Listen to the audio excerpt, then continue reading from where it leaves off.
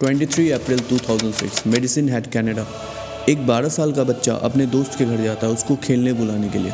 वो काफ़ी देर बेल बजाता है but nobody answered. So just out of curiosity why isn't anybody answering the door, he look through the window. और वो जो देखता है उससे पूरा कनाडा शॉक में जाने वाला था। This is the story of a 12-year-old girl who did unspeakable crime. This is the story of Richardson family.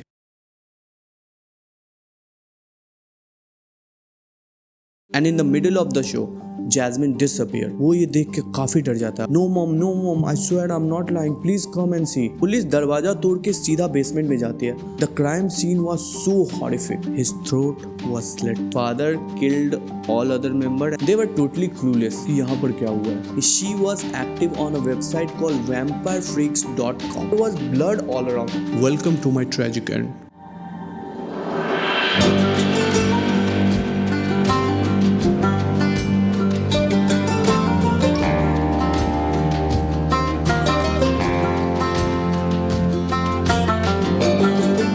Hello everyone, my name is Shashank. और इस स्टोरी में आगे बढ़ने से पहले I want to give you some trigger warning. In this story we will talk about pedophia, graphic murder of a child, mental health issue including suicide and self harm, and also pink cookies made of blood. So अगर तुमको इस सब के बारे में नहीं सुनना, you can skip this video now. Maybe I'll see you in the next one. With that being said, let's get started from the beginning.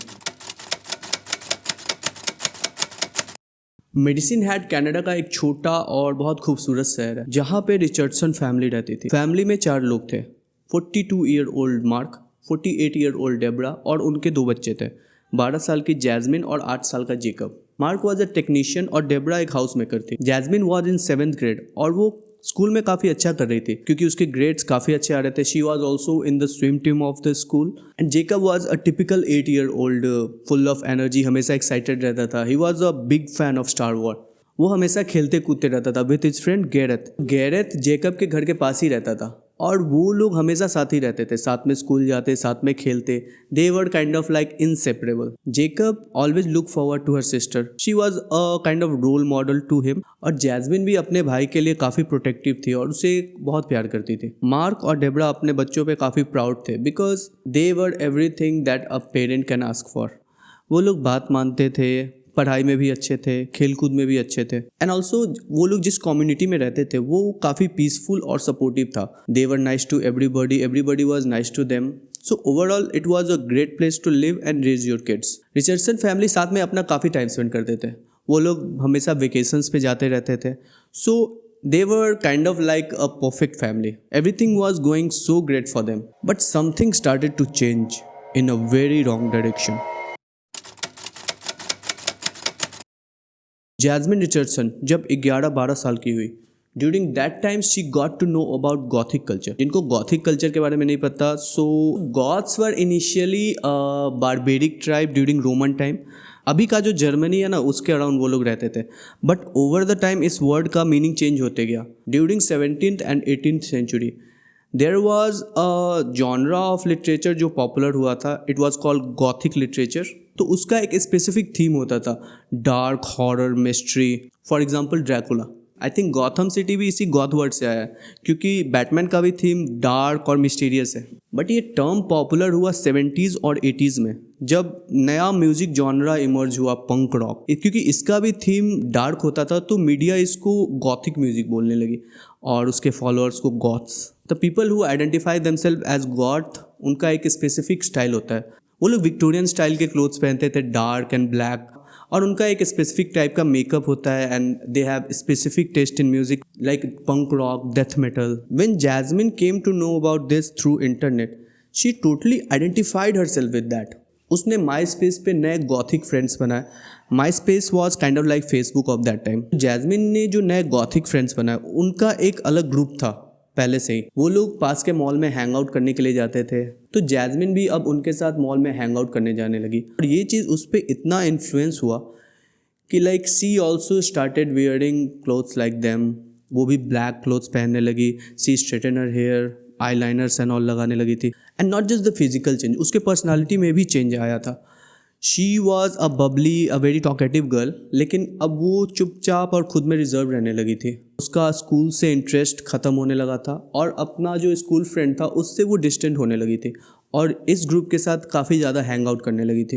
And also during that time she started listening to punk rock, death metal.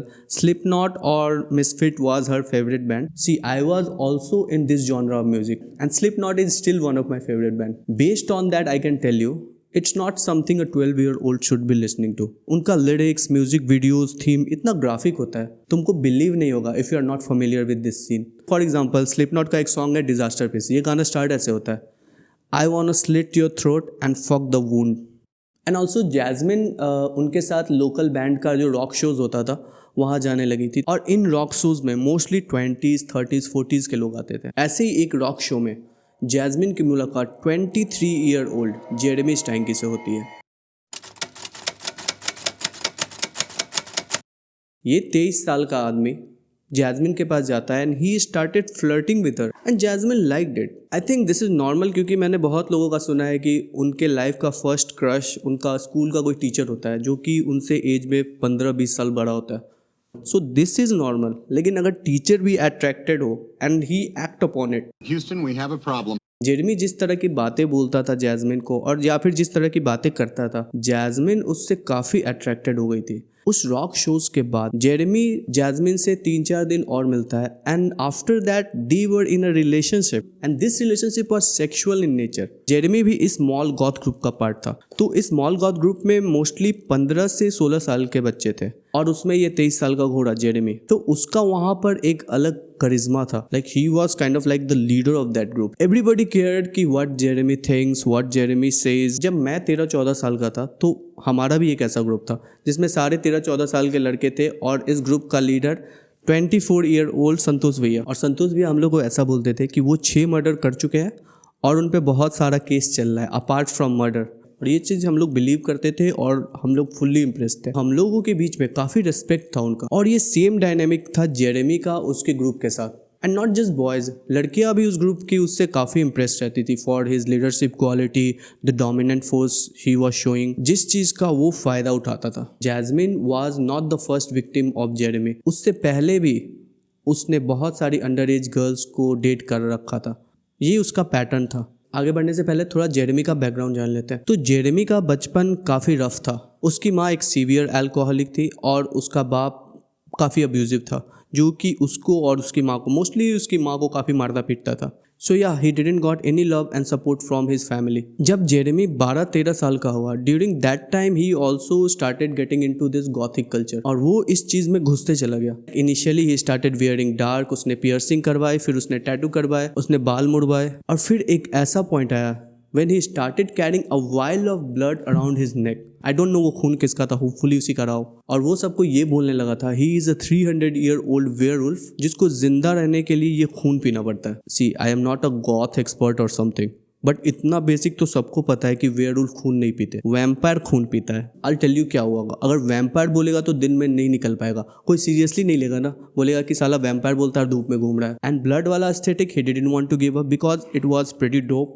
so he kind of improvised. And also I read somewhere कि he did try to drink blood once but he couldn't do it. तो उसने दिमाग लगाया. He made cookies dough, उसमें उसने खून add करा and he baked it. The cookies turned out to be pink and he ate that shit. सी हम लोग भी जब टीनेज में होते हैं तो डार्क चीज़ें हम लोग को ज़्यादा अट्रैक्ट करती है कि like whole world is conspiring against us, fuck this society, fuck this world, Batman was wrong and Joker was right in the Dark Knight. Joker का डीपी लगा लेते फेसबुक पे, but we grow from there. लेकिन Jeremy के case में ऐसा नहीं था. ऐसा नहीं कि बाद में उसको अकल आया तो फिर ये वेयरवुल्फ, 300 खून, ये सब बोलना बंद कर दिया था. ही कंटिन्यूड दिस. ये 23 साल का आदमी जैस्मिन को भी सेम बात बोल रहा है कि आई एम अ वेयरवुल्फ जो कि खून पीता है जिंदा रहने के लिए. जेरेमी जब 18-19 साल का था, ड्यूरिंग दैट टाइम वो काफ़ी बुली होता था इस चीज़ के लिए, क्योंकि वो सीरियसली सबको बोल रहा है कि ही इज़ अ वेयरवुल्फ. तो दूसरे बच्चे इस चीज़ पे उसको बुली करते थे. और इसके घर पे भी अल्कोहलिक मदर, अब्यूजिव फादर थे. So he has no one to talk to and nowhere to go. So during that time he tried to kill himself, but luckily he survived.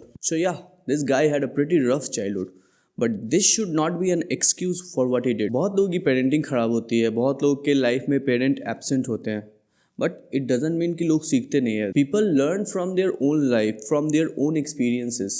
from the people around them. चलो at least इतना तो पता होगा कि when you are 23 then you should not have a sexual relationship with a 12-year-old. Jasmine जो कि already इस goth scene से इतना अट्रैक्टेड थी, when she met Jeremy, all hell breaks loose. Now Jeremy started mentoring her like how she should look, उसका online aesthetic कैसा होना चाहिए, और उसके पर्सनालिटी में एक ड्रास्टिक चेंज आ गया, online and offline both. My space पे वो गन्स के साथ फोटो अपलोड करने लगी थी, and also now she started wearing a lot of makeup, more revealing clothes. Let me remind you, वो बस 12 साल की थी, और ये जो पर्सनालिटी में उसका जो चेंज था वो उसके पेरेंट को नोटिस में आने लगा था. दे न्यू कि देयर इज समथिंग और समवन विच इज इन्फ्लुएंसिंग हर. उसी टाइम पे उनको जेरेमी स्टैंकी के बारे में पता चलता है that her daughter is dating a 23-year-old guy and they are having a sexual relationship.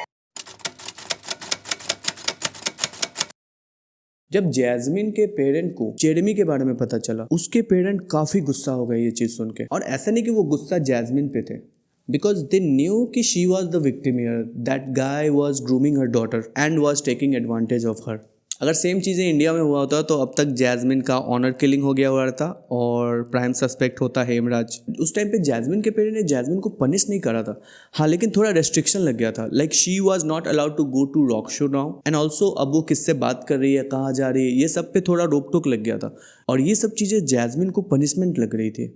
She thought कि उसके पेरेंट उसका लाइफ को कंट्रोल कर रहे हैं, because in her mind she was deeply in love with this Jeremy guy, और उसके parent उससे मिलने या उससे बात करने नहीं दे रहे. It all seemed a punishment to her. तो कुछ दिन ऐसा ही चला. कुछ दिनों के बाद जैस्मिन के पेरेंट को लगा कि मे बी अब चीजें सेटल डाउन हो गई होंगी, so they allowed her to go to a rock show. लेकिन एक कंडीशन थी कि वो लोग भी साथ में जाएंगे. So next Friday Jasmine along with her parent went to a rock show, and in the middle of the show Jasmine disappeared. उसके पेरेंट उसको चारों तरफ ढूंढने लगे. They were panicking and what they found was traumatising for them. काफी देर ढूंढने के बाद they found Jasmine and she was making out with Jeremy in the back stage of that rock show. I can feel कि ये चीज़ कितनी traumatising हो सकती है उसके पेरेंट के लिए कि seeing your 12-year-old is making out with the 23-year-old गाय. ये देख के माँ काफ़ी गुस्सा हो जाते हैं. वो जेरेमी को धक्का देते हैं और जैस्मिन का हाथ पकड़ के उससे घर ले आते हैं. जैस्मिन्स पेरेंट्स वर रॉन्ग. चीजें इन दोनों के बीच में खत्म नहीं हुई थी, एंड समहाउ जैस्मिन अभी भी जेरेमी के कांटेक्ट में, and they are continuously talking. तभी तो जेरेमी भी वहां आया जहां पे जैस्मिन गई थी रॉक शो देखने. इस इंसिडेंट के बाद जैस्मिन पर अब रेस्ट्रिक्शन काफी बढ़ने वाला था. उससे उसका फोन लैपटॉप ले लिया जाता है, घर से इंटरनेट कनेक्शन वो लोग कटवा देते हैं, एंड ऑल्सो उसको अब कहीं बाहर जाना अलाउड नहीं था एक्सेप्ट स्कूल, और वो भी वो खुद ले जाते थे और लेकर आते थे. So they wanted to make sure कि there is no way that she is communicating with Jeremy again. 23 April 2006. It was a beautiful Sunday. The sun was shining, weather was warm. Gareth, जो Jacob का best friend था, वो Jacob के घर जाता है उसको खेलने बुलाने के लिए. वो देखता है कि जेकब का कार बाहर ही लगा है, तो इसका मतलब सब लोग घर में ही है. वो बेल बजाता है, थोड़ी देर वेट करता है, बट नो वन आंसर. वो वापस से बेल बजाता है, but again no one answer. So he is like कि they has to be inside because car बाहर में लगा है, वो लोग घर के अंदर में है, तो फिर ये लोग दरवाजा क्यों नहीं खोल रहे. So out of curiosity he decided he will look through the window. और जो नियरेस्ट विंडो जो वो देख सकता था वाज द बेसमेंट वन. वो नी हाइट का होता है, तो वो नीचे झुका और खिड़की से झांका, and what he saw is going to traumatise him for his whole life. वो देखता है एक बॉडी जो नीचे पड़ी हुई है और उसके चारों तरफ खून था. वो ये देख के काफी डर जाता है और वो भागते भागते अपने घर जाता है और अपनी माँ को ये पूरा बात बताता है. And his mom is like कि गैरेथ तुम इस बार में झूठ तो नहीं बोल रहा ना, you better not be lying about it. No mom I swear I am not lying, please come and see. अपनी माँ को लेके उस जगह पे जाता है जहाँ पे उसने बॉडी देखी थी. His mother also goes down and look through the window, and he was not lying. There was a body of a women brutally stabbed. उसकी माँ भी ये देख के काफ़ी डर जाती है. वो गैरेथ का हाथ पकड़ के जल्दी से अपने घर आती है और अपने सारे डोर्स और विंडोज लॉक कर लेती है. She thought there might be a killer on loose. उसके बाद शी कॉल्ड द पुलिस, और पुलिस तुरंत आ जाती है. पुलिस दरवाजा तोड़ के सीधा बेसमेंट में जाती है और वहाँ वो देखते हैं कि सिर्फ एक बॉडी नहीं थी, there is another body in the basement. The crime scene was so horrific. चारों तरफ खून था बेसमेंट में. पुलिस जब बेसमेंट में नीचे उतरती है तो पहली बॉडी जो देखती है वो मार्क की दिखती है, और जो दूसरी बॉडी थी जो खिड़की से दिख रही थी वो डेब्रा की थी, जो कि सीढ़ी के पास में ही था. दोनों को ब्रूटली स्टैब किया गया था. There were multiple stab wound all over their body. फिर पुलिस को कुछ दिखता है कि there is a trail of blood जो कि किसी दूसरे कमरे तक जा रहा है। I tell you one thing, जब मैं इस केस के बारे में फर्स्ट टाइम पढ़ रहा था, at this stage I was like oh God please not the Jacob, not the Jacob. Police officer वो ट्रेल ऑफ ब्लड के पीछे जाते हैं which led to Jacob's room and they saw Jacob अपने bed पे लेटा हुआ है और उसके यहाँ तक ब्लैंकेट था, शोल्डर तक। जब ऑफिसर थोड़ा और आगे बढ़ते हैं, then they saw his throat was slit. जब पुलिस जेकब का ब्लैंकेट हटाती है तो वो देखते हैं कि there is a stab wound near his heart और उसके एक हाथ में लाइट सेवर है, स्टार वॉर वाला। इनिशियल इन्वेस्टिगेशन में पुलिस ये अज्यूम करती है कि it's a case of suicide murder, maybe father killed all other member and then उन्होंने सुसाइड कर लिया। लेकिन थोड़ा घर में सर्च करने के बाद उनको एक फैमिली पिक्चर मिलती है जहाँ पे दे सॉ कि there is a fourth member of family also जो कि अभी घर में नहीं है। अब पुलिस को ये लगता है कि शायद कोई इन लोग का मर्डर कर दिया है और जैस्मिन को किडनैप करके ले गया है। इसके बाद पुलिस का पूरा फोकस हो जाता है जैस्मिन को ढूंढने में because she might be in danger. Police public appeal करती है, मीडिया वालों को खबर करती है कि if you have any information about this girl please let us know because she might be in danger. They were totally clueless कि यहाँ पर क्या हुआ है। उन्होंने आसपास के नेबर से बात किया और they were also like shock कि उनका कोई एनिमी नहीं था। They were the nicest people around them, उनको कोई क्यों ही मार सकता है। And also they didn't saw और हर्ड एनीथिंग। पुलिस को कोई लीड नहीं मिल रही थी। पुलिस अब जैस्मिन के स्कूल जाती है, मे बी वहाँ पे कुछ क्लू मिले और वहाँ पे उन्हें दो काफ़ी शॉकिंग बातें पता चलती है। जैस्मिन के स्कूल में जब पुलिस पूछताछ करती है तो उनको ये पता लगता है कि जैस्मिन अभी कुछ दिनों से स्कूल तो आती थी पर वो क्लास नहीं अटेंड करती थी।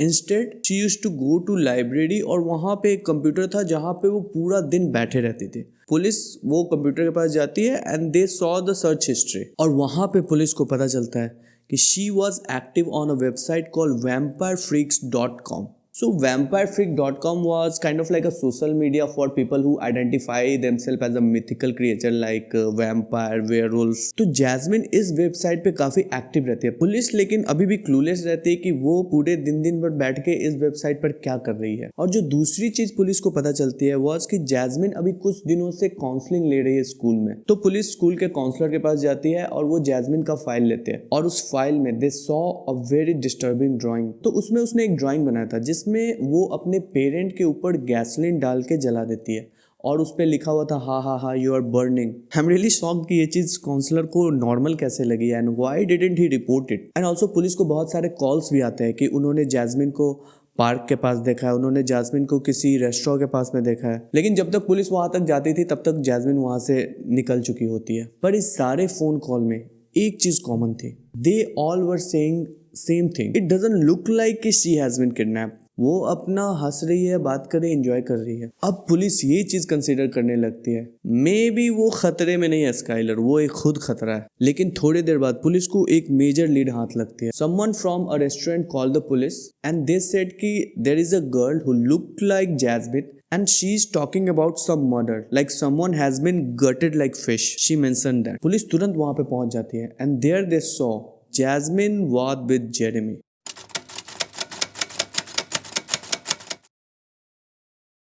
पुलिस दोनों को पकड़ के पुलिस स्टेशन ले आती है और वहाँ पे उन दोनों को अलग अलग होल्डिंग सेल में रखा जाता है। तो दोनों का होल्डिंग सेल जो रहता है वो आमने सामने रहता है and there they started passing notes.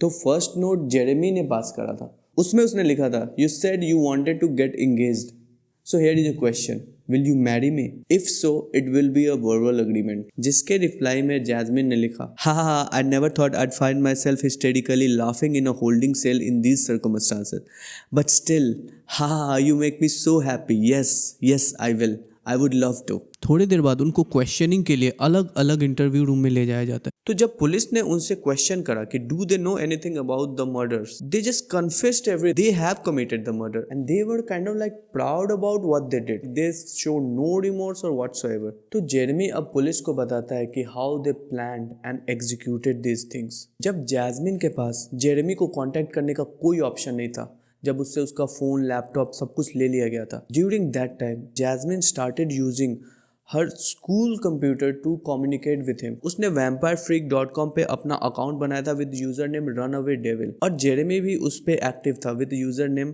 Soul eater, और वहीं पे उन्होंने इस मर्डर का प्लान बनाया था। इन दोनों के इंटरव्यू और पुलिस के पास जो ऑलरेडी एविडेंस रहते हैं, they put together the pieces and this is the series of event that happened that day। 23 अप्रैल जिस दिन मर्डर हुआ था, उसके अर्ली मॉर्निंग में लाइक 4-5 बजे के अराउंड जब अंधेरा होता है, जैस्मिन नीचे जाती है और वो एक बेसमेंट का खिड़की खुला छोड़ देती है। थोड़ी देर बाद जेरेमी उसी विंडो से अंदर घुस जाता है और वो एक अलमीरा के पीछे छिप जाता है। उसके बाद he tried to make some noise by throwing some objects so that someone will come and check। उस साउंड से डेब्रा का नींद खुल जाता है and she wanted to check out कि क्या आवाज आ रहा है। She thought there might be a cat। Debra basement का दरवाजा खोलती है और वो सीढ़ी से नीचे देखती है, उसे कुछ नहीं दिखता। टू कंफर्म कि साउंड ये कहाँ से आ रहा है, she came all the way down, और जेरेमी एक जो अलमीरा के पीछे छिपा रहता है वो वेट कर रहा होता है उसको पूरा अंदर आने का। When Jeremy thought कि she was in a right position, वो पीछे से आता है डेब्रा के and started stabbing on her back। इससे डेब्रा आउट ऑफ पेन बहुत जोर से चिल्लाने लगती है। उसके बाद जेरेमी डेब्रा के सामने चला आता है and he started stabbing on his front। The last stab was through her heart। उसके बाद वो नीचे गिर जाती है। डेब्रा के चिल्लाने का आवाज सुन के घर के सारे लोग जग जाते हैं। मार्क वॉज कंफ्यूज कि क्या हुआ, तो वो देखने के लिए वो सीधा बेसमेंट की तरफ भागते हैं जहाँ से आवाज आई है, और तब तक जेरेमी फिर वापस उस अलमीरा के पीछे छिप जाता है। He was waiting Mark to come all the way down. जब मार्क नीचे आते हैं, दे सॉ कि Debra was lying dead and there was blood all around. वो शॉक में चले जाते हैं एंड ही स्टार्टेड पैनिकिंग, और वो ऊपर की तरफ भागने लगते हैं आउट ऑफ पैनिक। मार्क सीढ़ी की तरफ भागने लगते हैं, ये देख के जेरेमी उसके पीछे भागने लगता है और वो उनको धक्का दे देता है। मार्क सीढ़ी पे गिर जाते हैं और जब वो नीचे गिरते हैं तो जेरेमी उनको पीछे से स्टैप करने लगता है, but Mark was not going to give up that easy. वो भी फाइट बैक करने का ट्राई करते हैं। वो आगे घूमते हैं और वो जेरेमी को धक्का दे देते हैं। जेरेमी पीछे गिर जाता है और फिर वो ऊपर सीढ़ी की तरफ जाने लगता है। जेरेमी पीछे से उठ के आता है और वो दौड़कर मार्क को पीछे से पकड़ता है और वो सीढ़ी से नीचे फेंक देता है। मार्क अपने मुंह के बल नीचे गिरते हैं। Jeremy came all the way down. वो मार्क के पास जाता है और मार्क को सीधा करके he started stabbing in front. One stab was so hard कि वो मार्क के बोन में लग के नाइफ बेंड हो जाता है। डेब्रा के बॉडी पे टोटल 12 स्टैब वुंड थे और मार्क के बॉडी में टोटल 21 स्टैब वुंड्स थे। जब जेरेमी सेटिस्फाइड इनफ हो जाता है कि now he is not gonna make it, तो जेरेमी उनको छोड़ के ऊपर जाने लगता है। During that time, Mark asked कि why are you doing this? इस पे जेरेमी बोलता है you treat your daughter like shit and your daughter wanted it like this way। And during all this time उनका ये प्लान रहता है कि जब तक जेरेमी उसके पेरेंट को मारेगा तब तक jasmine will take care of Jacob, ताकि वो चिल्ला के किसी को बुला ना ले या फिर पुलिस को ना कॉल कर ले। Don't know how she did that, she might have forced him, manipulated him। उसके पेरेंट्स को मारने के बाद जेरेमी सीधा जेकब की रूम की तरफ जाने लगता है जहाँ पे Jasmine and Jacob was sitting on a bed, और वो 8 साल का बच्चा। उसके बाद जितना भी खिलौना था उसने चारों तरफ से उसको एज अ शील्ड की तरफ बना लिया था, like a wall. And also उसके हाथ में लाइट सेवर वाला टॉय था। This poor boy was trying to protect him and his sister from whatever it was there in the basement. Jeremy जब जेकब के रूम में आता है, he gave that knife to Jasmine and Jasmine took the knife and stab her own little brother in his chest। As per their initial interview, जब Jasmine Jacob को stab करती है and he started making this gargling sound, तो Jasmine panic करने लगती है and Jacob was still alive. Then Jeremy come forward and he just grab the knife and slit his throat. लेकिन Jacob को कैसे मारा इसके बारे में जेरेमी ने बाद में कुछ और बताई थी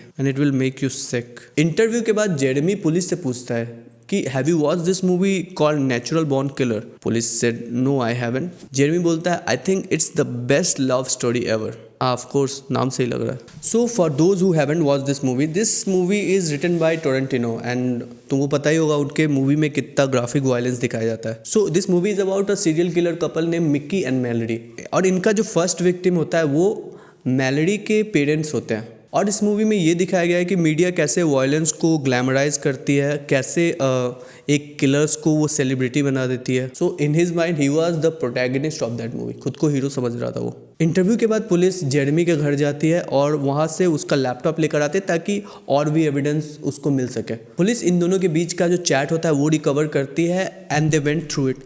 उनसे उनको ये पता चलता है कि it was Jasmine who initiated this plan. First time उसने मर्डर का मेंशन किया था, इट वाज लाइक कि जैस्मिन ने जेरेमी को ये मैसेज करा था कि I hate them, I have a plan. It starts with killing them and ends with living with you. जिसका रिप्लाई जेरेमी ने दिया था कि it sounds like a great plan but we have to be more creative. Murder के 2-3 week पहले Jeremy ने एक पोएम पोस्ट करा था माई स्पेस पे। The poem was called payment and it goes like this. My lover rents are totally unfair. They say they really care. They don't know what's going on. They just assume their throats I want to slit. And they will regret the shit they have done, especially when I see to it that they are gone. They shall pay for their insolence. Finally, there will be silence. Their blood shall be the payment. He posted this poem online and all of his friends knew this. He was obviously talking about killing Jasmine parent. My lover's rent. Obviously उसने rent को parent से word play करने का try करा है. He clearly written in that कि their throat I want to slit. किसी को ये चीज अजीब क्यों नहीं लगा? Why nobody was bothered with this?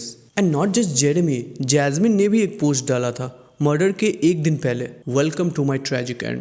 तो ऑब्वियसली ऐसा नहीं था कि जैस्मिन का उसके पेरेंट्स से झगड़ा होता है और वो जेरेमी को कॉल करती है और वो आके और उनको मार देता है। No, they were planning this for a while. They were killed in a cold blood. So now we know why they did it and how they do it. But wait, अभी इस केस का सबसे controversial part बचा हुआ है, the trial, जिसको सुन के तुमको गुस्सा आ जाएगा।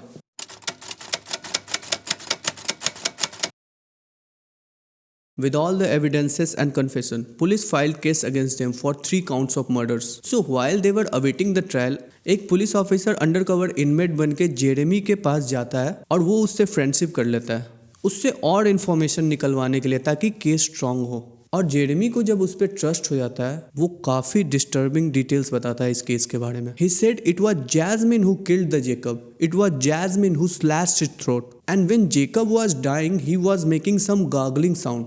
After they killed everyone, they had sex in a car. And after that, Jasmine was imitating that gargling sound and was laughing on it. I don't know how sick you have to be like this. Maybe Jeremy ने ये बात इसलिए बोला होगा कि उसने Jacob को नहीं मारा, जैस्मिन ने मारा, क्योंकि अगर प्रिजन में पता चलेगा कि he has killed a child, तो उसके लिए चीजें वहाँ काफी टफ हो जाएंगे। या मे बी जैस्मिन नहीं मारा होगा, who knows. Anyway, अब कुछ दिनों के बाद इनका ट्रायल स्टार्ट होता है and when the trial started they both started throwing shit on each other. तो ग्रेटेस्ट लव स्टोरी का द एंड यही पे हो गया था। जेरेमी की डिफेंस टीम ये बोलती है कि he was deprived of love his whole life, so when Jasmine came along he didn't want to lose her, जिसका जैस्मिन ने फायदा उठाया and she manipulated him to kill her parents. And also Jeremy के defence team ने ये भी बोला था कि उस रात जेरेमी बस बात करने गया था, मारने के इंटेंशन से नहीं गया था, वो हीट ऑफ द मोमेंट में मर्डर हो गया। हाँ ऑफ कोर्स, पॉकेट में नाइफ लेके तो लोग बात करने जाते हैं, मेक सेंस। और जैस्मिन के डिफेंस टीम ने ये बोला कि she was naive and इन्फ्लुएंसेबल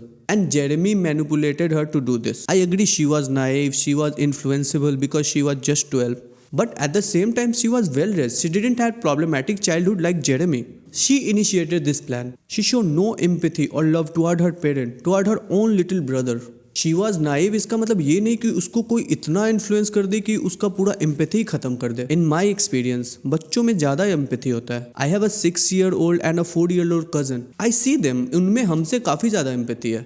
Anyway, despite pleading not guilty, they both were found guilty for the 3 counts of murder. Jeremy got 3 life sentence, but Jasmine को जो सजा मिला वो काफी controversial है। In Canada, under Youth Criminal Justice Act, if you are under 14, the maximum sentence that you can get for any kind of offense is just 10 years. तो मान लो एक कोई 13 साल का सीरियल किलर है जो कि 7-8 मर्डर कर चुका है, तो उसको जो मैक्सिमम सज़ा मिलेगा वो बस 10 साल का ही मिल सकता है। So by when he is 23 he is out back in the society. So Jasmine also got tenure, but she didn't do any prison time. For first 4 years, she was in rehabilitation program. She was not in prison. She was in some sort of psychiatric division. And after 4 years, she was out on probation. So you might know how probation thing work. You might have seen in movies. If you are on probation, you live normal life. लेकिन तुमको थोड़े थोड़े दिन पे अपने probation officer के पास जाना होता है उसको अश्योर करने के लिए कि सब सही चल रहा है। इन 2016 जब जैस्मिन का 10 साल पूरा हो जाता है, एक कोर्ट की हियरिंग होती है and she was released. During that court hearing जो जैस्मिन के साइकेट्रिक होते हैं वो बोलते हैं कि she showed genuine remorse for the things that she did and she regret about and now she can live a normal life. इस पे कोर्ट का जो जज होता है वो ये बोलता है कि your parent would be so proud of you. When I did it first time I was like did he actually say this, your parent would be so proud of you, the same parent you killed. This statement was really disrespectful for them. मेरे को ये सुन के कुछ हो गया अंदर से। तो Jasmine was release that day and also उसका नाम चेंज कर दिया जाता है, she got new identity and उसका पूरा क्रिमिनल रिकॉर्ड मिटा दिया जाता है, like nothing happened. So she is back in the society, she is now living her life without any consequence. वो बस 4 साल साइकेट्रिक वार्ड में थी, उसके बाद she was out. I don't think mark, Debra and Jacob got justice. May be she is a different person now, may be Canadian justice system has done a great work in rehabilitating her, but she did took 3 life and I think she should face the consequence. If you are old enough to kill 3 people and not just any random people, your own parent, your own little brother, then you have to face the consequence. It's not like you stay 4 years in the psychiatric ward and then you are out in the world. Your criminal record has been wiped out. You are facing no consequence. This is exactly what she wanted when she was 12, a life without their parents. And now she is living that life. I may be regressive about it, but I cannot wrap my head around it कि she is free now and she hasn't faced any consequence of whatever she did. So where is Jeremy now? Jeremy is in prison obviously and there is no way he is coming out. And also मैंने कहीं पढ़ा है कि वो jail में भी सबको यही बोलता है कि वो एक वेयरवुल्फ है और वो खून पीता है। अच्छा वेयरवुल्फ, चल अब नीचे जो कर साबुन उठा, थोड़ा रोल प्ले कर। And where is Jasmine? So I did a lot of research to know the where about of Jasmine but I couldn't find any. उसका नया नाम हो गया है, she got a new identity, so it's really hard now. She might be anywhere. Maybe she has started a family or maybe she is an active serial killer. Who knows? Or maybe she came to India, she did a sex transplant operation and after that he did a plastic surgery which made him ugly and he started a true crime podcast on YouTube.